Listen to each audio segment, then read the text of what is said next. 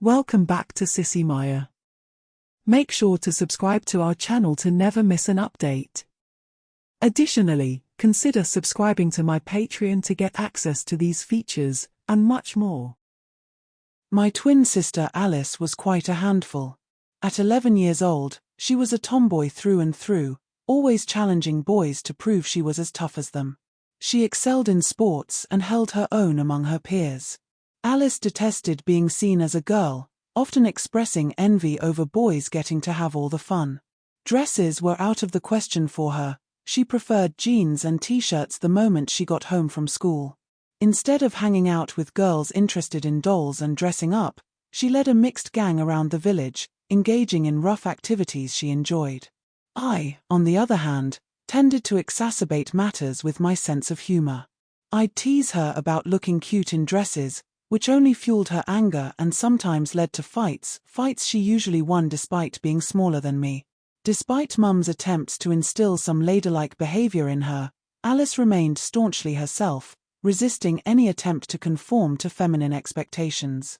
Things took an unexpected turn when Alice befriended Sarah Bickford, an elderly woman rumored to be a witch due to her solitary lifestyle and mysterious activities. Living on the edge of Hurstville Village, Sarah's cottage was a place kids avoided, filled with tales of nighttime rituals and strange incantations under the moonlight. Despite everyone else's fear, Alice, in her fearless way, accepted a dare to enter Sarah's garden one day. We all stood back at a safe distance, observing as Alice approached the front gate and entered the garden. Instead of swiftly picking a flower and returning, as we anticipated, she walked up to the front door and knocked. We were dumbfounded. Moments later, the door creaked open, and she exchanged words with the old lady. The woman glanced in our direction, chuckled, and then held the door open while Alice entered. With a soft click, the door closed behind her. We exchanged bewildered glances, unsure of what to do next. This was entirely unexpected. Alice stayed inside for about an hour before the door opened again, and both she and the old lady emerged. To our astonishment, the woman plucked a red rose and handed it to Alice.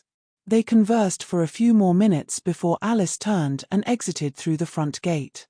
She waved farewell to the old lady and returned to join us. You can imagine our curiosity. We were bursting to know what transpired inside the cottage.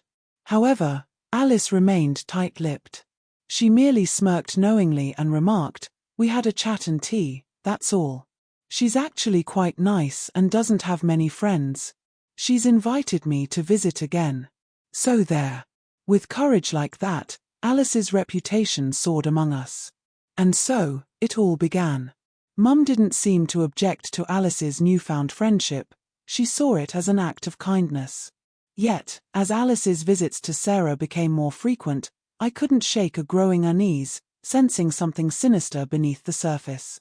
My suspicions were confirmed one day when I climbed to Alice's room to deliver the can of lemonade she'd requested, only to find her engrossed in an ancient-looking book. A peculiar creature adorned one of its pages. "What's that thing?" I asked, curious. Alice hastily shut the book and set it aside as she took the can from me. "Oh, nothing," she replied quickly, popping open the can. "Just an old book of stories Sarah lent me." I was certain she was lying. Before she could stop me, I picked up the book and flipped to the title page. "Herbs and Incantations," I read aloud. "A strange title for a storybook, isn't it?" Alice snatched the book from my hands. "Who cares what it's called?" she exclaimed. "I told you, it's just stories." Despite her protestations, I couldn't shake the feeling that something wasn't quite right. However, I decided to let it go and shrugged it off, heading downstairs and pushing the incident from my mind. Little did I know, this was just the beginning of a series of events yet to unfold. Alice continued her visits to Sarah Bickford, and over time, she seemed to grow more confident, almost as if she were gaining control over her surroundings. However, she never brought any of the old lady's books home again. Yet, there was one person even Alice couldn't defy, Aunt Mary. Mum's sister lived in Storrington, a village near Worthing on the south coast. Every summer holiday, Alice and I were sent there for a month, primarily so Mum could have some time to herself. Alice dreaded these visits. Aunt Mary was a strict, old-fashioned woman with clear ideas about children's behavior. Her dominant personality brooked no argument. T-shirts and jeans were strictly forbidden for Alice. Even I had to wear shorts unless we went into town, where I could wear long trousers. Alice had it worse. Aunt Mary insisted she wear dresses all the time, often in childish styles, complete with hair ribbons to emphasize her youth. Aunt Mary would meticulously inspect Alice's suitcase upon arrival, confiscating any items she deemed inappropriate, locking them away until we returned home. It's easy to see why Alice dreaded this time of year. This year was different. Alice would be staying with Aunt Mary alone for the first time, as Mum decided I would attend Scout camp on the Isle of Man naturally. Alice envied my opportunity for bushcraft and other activities she would have preferred. I made matters worse by constantly reminding her of the fun I'd have while she endured Aunt Mary's treatment like a little girl. But as they say, every dog has its day. Looking back, I should have realized something was amiss about 3 months before the summer holidays. Almost overnight, Alice underwent a remarkable transformation. She shed her tomboyish demeanor and adopted a decidedly more girlish behavior. She became gentle and demure, even asking Mum to style ribbons in her hair daily. The real turning point came when she purged her wardrobe of anything remotely boyish. Mum donated all her slacks and shorts to a charity shop, replacing them with dresses more suited for a much younger child, dresses adorned with Peter Pan collars and puffed sleeves. Whatever the reason, Mum was thrilled with Alice's change and encouraged her to embrace her newfound girlishness wholeheartedly. However, this behavior was so completely unlike her usual self that I began to harbor a nagging suspicion that she was hiding something. It all seemed too perfect. She started smiling and giggling whenever she saw me, but whatever it was, she wasn't letting on. Mum didn't notice anything amiss, and she didn't bat an eye when Alice started spending every Saturday and Sunday afternoon with Sarah Bickford. There was definitely something going on between those two, I was certain. Finally, the school summer holidays arrived. With a few days left before I departed for Scout camp, Mum decided we should drive down to Aunt Mary's to drop off Alice. As the day approached, I couldn't fathom why Alice wasn't showing her usual grumpy reluctance to go. Unfortunately, I was about to find out why, and in a big way. As we sat around the kitchen table having lunch the day before our trip to Aunt Mary's, Alice suddenly turned to me. "Daniel, I'm going over to say goodbye to Sarah this afternoon. Would you like to come and meet her? She's always wanted to meet you, and she's really nice. Please say yes." I was intrigued to meet the woman who had captivated my sister's attention. Before I could respond, Mum chimed in, "Why don't you go, dear? Then you can tell me what you think of her." I fell right into Alice's plan. "All right," I agreed, "why not? I've always wondered what it is about her that fascinates you." And that settled it. Or so I thought. After lunch, Alice and I headed to the old lady's cottage, promising to be back for dinner by 7 o'clock. We arrived at the front gate and Alice led the way up the path, knocking on the door. Moments later, Sarah greeted us.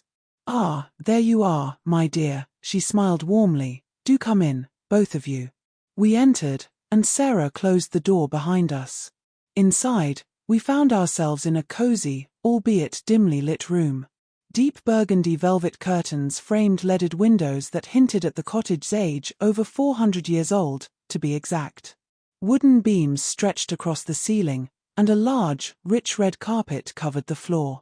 The massive inglenook fireplace dominated one wall, surrounded by comfortable and antique furniture.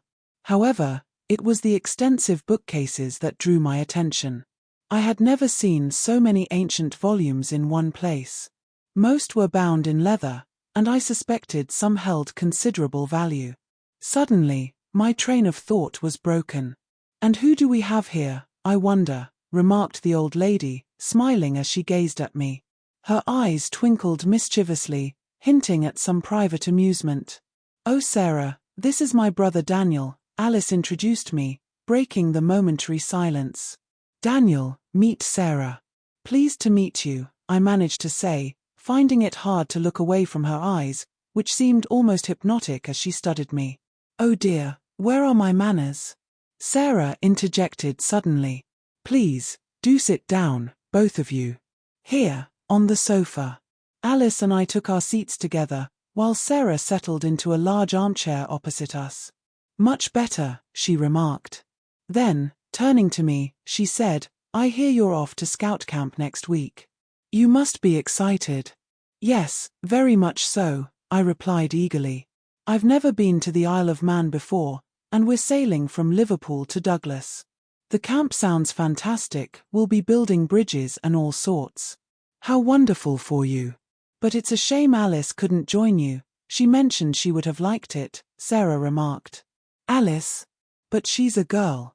Girls don't do those sorts of things," I blurted out, momentarily earning a sharp glance from Alice before she resumed her newly acquired sweet demeanor. "Yes," Sarah continued calmly, "I understand that. Still, it does seem unfair that while you're off having adventures, she'll be with Aunt Mary. Alice is not looking forward to it, from what she's told me." "Oh, that's just how it goes," I replied casually. "Mum likes a break from us kids once a year, and now that I'm old enough for scout camp, it's Alice's turn to stay with Aunt Mary. She'll get her chance to do things when she's older. But for now, it's Aunt Mary's place." "Yes, she's told me all about it. Alice doesn't enjoy being there much. She dislikes feeling like a little girl." "I can understand why," Sarah sympathized. "Well, there's not much to be done about it, is there? I mean, she is a girl after all," I said, trying to assert myself as the older brother. Alice shot me a sharp look, her gaze unsettling even for an 11-year-old. "But surely you can empathize with her feelings, can't you? Knowing how much she dislikes it." Sarah pressed gently. "Oh, I suppose," I replied nonchalantly, taking on the role of the protective older sibling. "Considering how much of a tomboy she's been, maybe a month of dresses and Aunt Mary's rules isn't such a bad thing. It might humble her a bit, teach her she can't always have her way." Clearly, I lacked sympathy, and Sarah regarded me solemnly for a moment before a faint smile crept onto her face.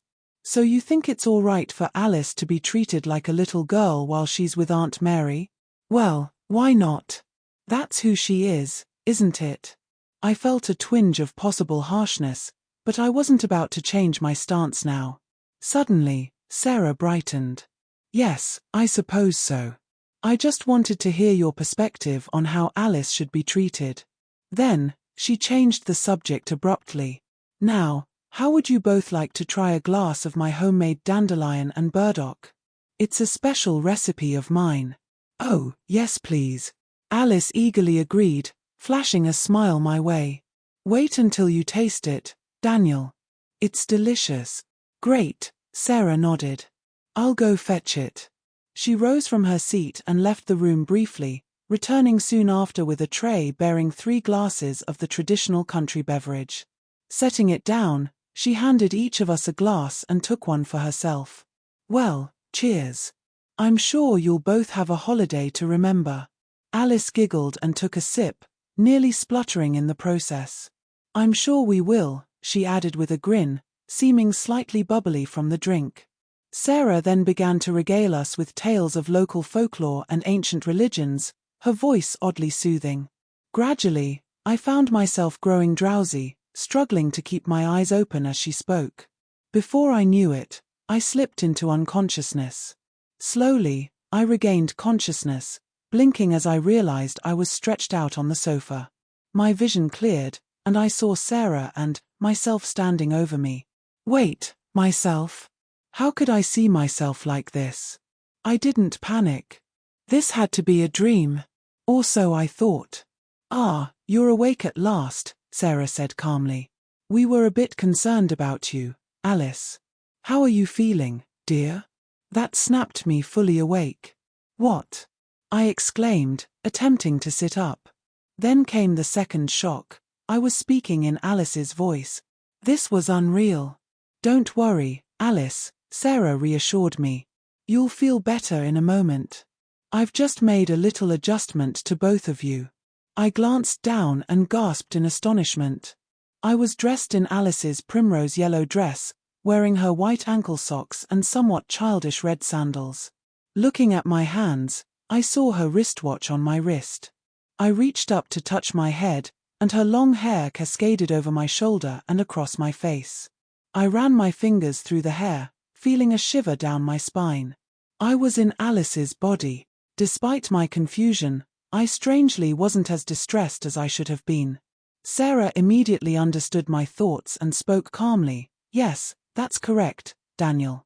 You are now in Alice's body, and she's in yours. I say borrowed because if you behave well throughout the holidays, I'll return you both to your original bodies. But if you don't, I might leave things as they are. Alice initially wanted this to be permanent, but I convinced her to agree to switch back at the end of the holidays. And by the way, in case you're wondering why you're taking this so calmly, I've given you a potion to help you accept the situation without any shock. She was right, I didn't feel shocked. It was more like curiosity about what it felt like to be inside my sister's body. It was almost novel, though I knew the novelty would wear off soon. I decided to try sitting up, and as I did, I noticed a lightness I wasn't accustomed to as Daniel. Once the sleeping potion wears off, you'll feel normal again, Sarah assured me. The transference spell itself hasn't had any adverse effects on Alice, or should I now say, Daniel? She looked at me, waiting for a response. From this point on, I'll refer to myself as Alice, and Alice in my body as Daniel. Otherwise it will be confusing. Daniel looked down at me and grinned. No, I feel fine. Much bigger and stronger though. I feel great. But how did you do it? I said, how on earth did you manage to switch us around? Oh, that wasn't too hard for someone who's been a witch as long as I have, chuckled Sarah. I did my first body switch over 30 years ago, and with that potion to reduce the feeling of shock when you first woke up, it's actually quite harmless and has no ill effects. I've even done it for 1 or 2 couples I know just to let them know what it's like to be in the other's shoes for a while. Literally, she added. You'd be amazed what it can do for a marriage. And for a brother and sister relationship, Daniel chuckled, this has turned out perfectly. Now I get to enjoy Scout Camp while you, my dear little sister, will spend a month under Aunt Mary's care. Remember how you thought it was such a great idea earlier? Now you'll see what it's really like. Did you really think I'd willingly become a sweet little girl? That was just a trick to fool you. I've always despised dresses and always will. And now that I've gotten rid of all my trousers, you'll have no choice but to wear those darling little dresses all the time. It's bad enough for me, but for you? Oh, how I almost wish I could be there just to see how you'll like it. You'll look absolutely adorable, won't you? He chuckled wickedly at the dismay on my face. It was then that the full weight of what had happened hit me.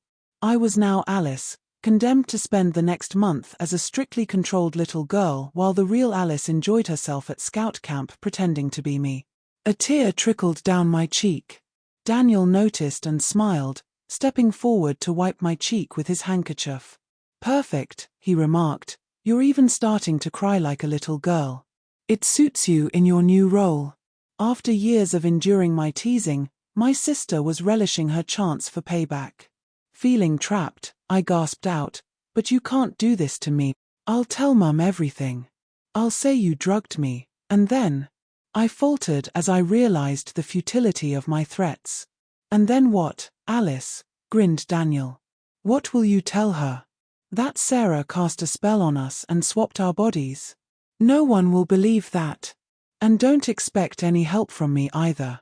I'll simply say I'm Daniel, and that my sister must have been reading too many fairy tales again. You won't convince anyone. And besides, Sarah interjected, taking my hand, why not just accept it? There's nothing you can do. You might as well make the best of it. It might even be good for you to see what Alice has had to endure all these years. Of course, she added with a smile, it will be quite humiliating for a boy. But never mind. Just behave like a good little girl, and if you're cooperative, I promise to switch you both back at the end of the holidays. Deal? What could I say? I was stuck in this situation until she decided to reverse it, and that was that. I glanced at Daniel, who grinned like a Cheshire cat, clearly relishing every moment. With a resigned sigh, I said, "Well, I suppose you win.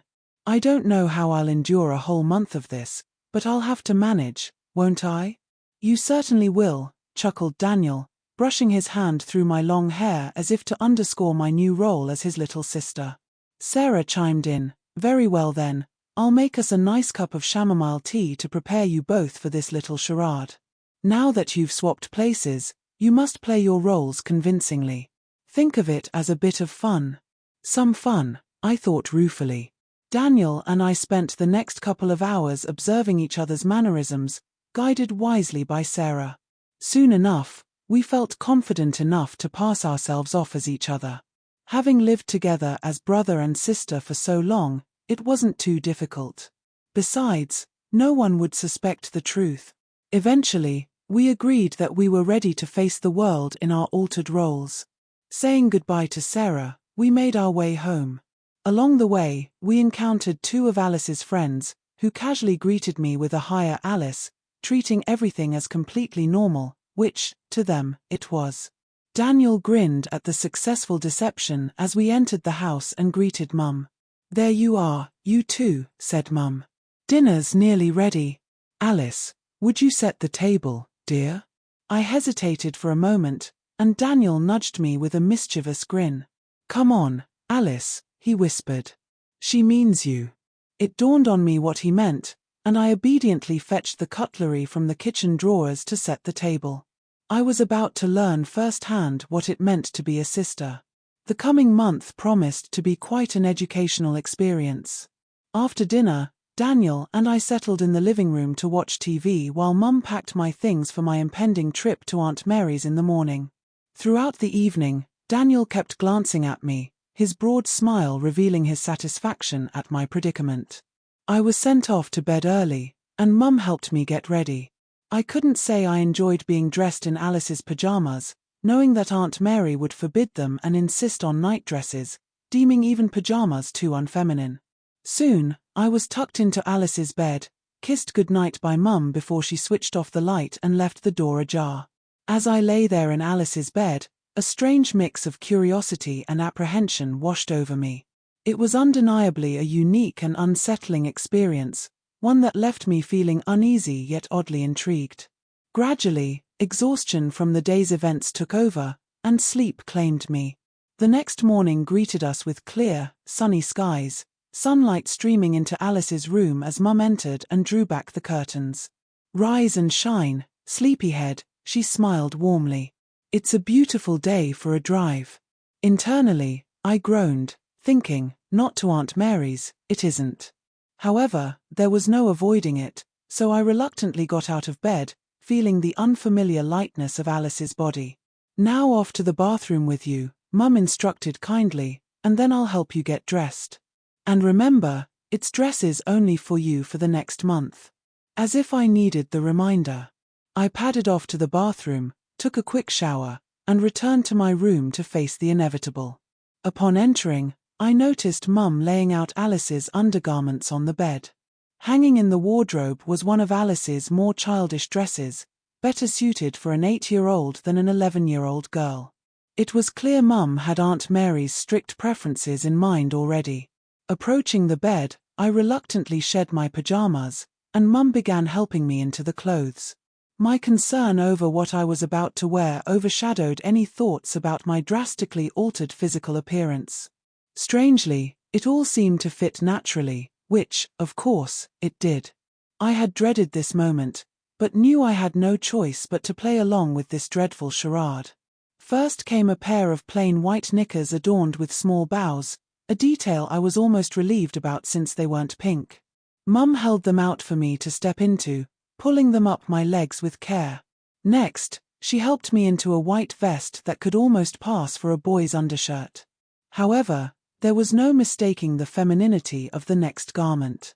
I sighed softly as Mum took down the dress from the wardrobe, removing it from its hanger. She held it up, and I looked at it with a mixture of dismay and resignation, knowing it epitomized everything young girls were supposed to wear. The dress was crafted from white satin, featuring short puffed sleeves and a Peter Pan collar.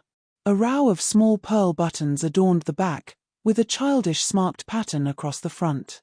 Completing the juvenile look, a wide pink sash encircled the waist and tied in a bow at the back.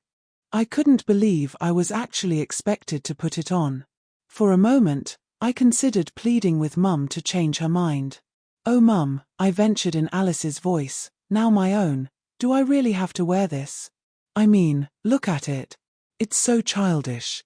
Can't I wear something a bit, well, older?"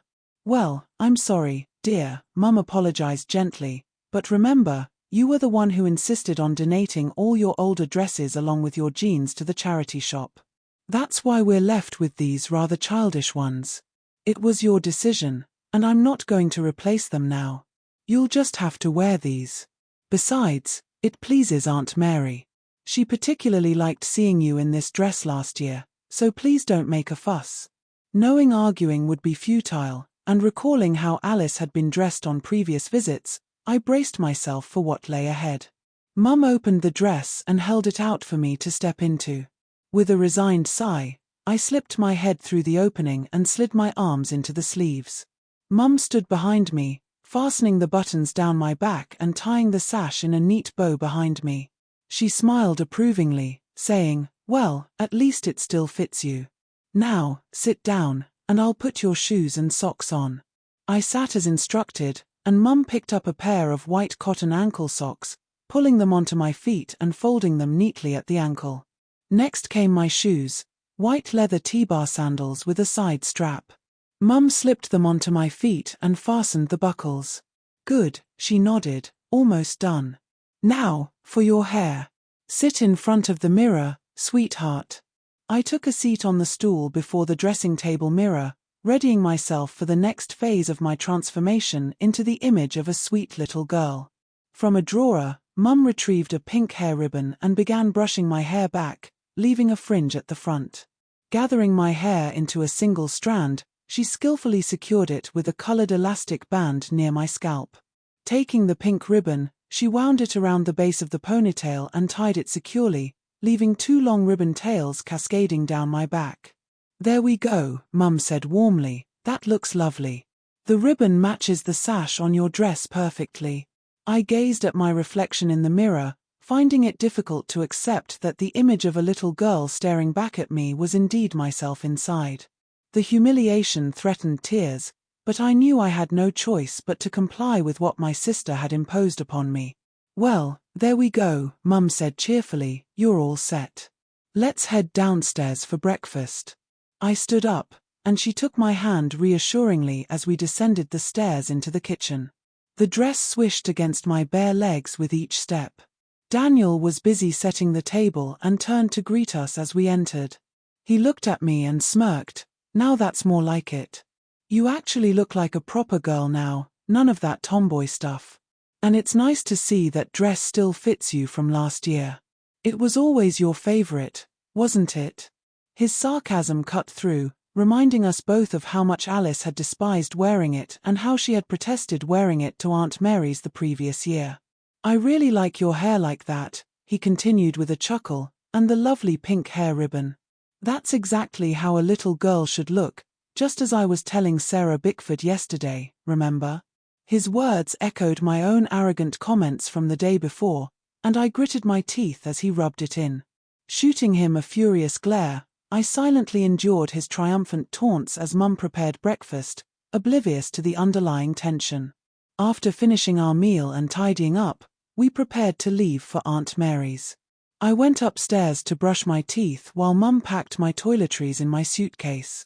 "I didn't pack many of your own clothes," she explained. "Aunt Mary doesn't seem to care for most of what you have, but as you know, she has her own ideas about what you should wear."